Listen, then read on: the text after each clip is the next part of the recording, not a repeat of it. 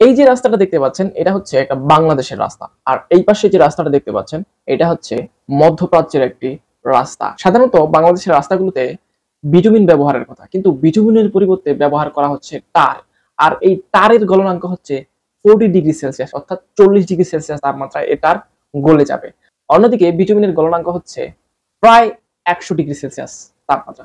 আপনারা একটা বিষয় খেয়াল করে দেখবেন যে মধ্যপ্রাচ্যের যেমন সৌদি আরব, কাতার, ইউএই এই রাস্তাগুলোতে দেখবেন বিটুমিন ব্যবহার করা হয়, কিন্তু তাদের তাপমাত্রা কিন্তু বাংলাদেশের থেকেও অনেক বেশি, কিন্তু তাদের পিচ তো গলতেছে না। কেন গলতেছে না? কারণ ওখানে এক্স্যাক্টলি বিটুমিনটাই ব্যবহার করা হয়, এই জন্য ওদের রাস্তার পিচ গলে না। বাংলাদেশের রাস্তাগুলোতে বিটুমিন ব্যবহারের কথা, কিন্তু বিটুমিনের পরিবর্তে খরচ কমাতে ব্যবহার করা হয় টার। আর এই জন্যই আজকে 40°C তাপমাত্রা বেশি হওয়ার কারণে রাস্তার পিচগুলো গলে যাচ্ছে।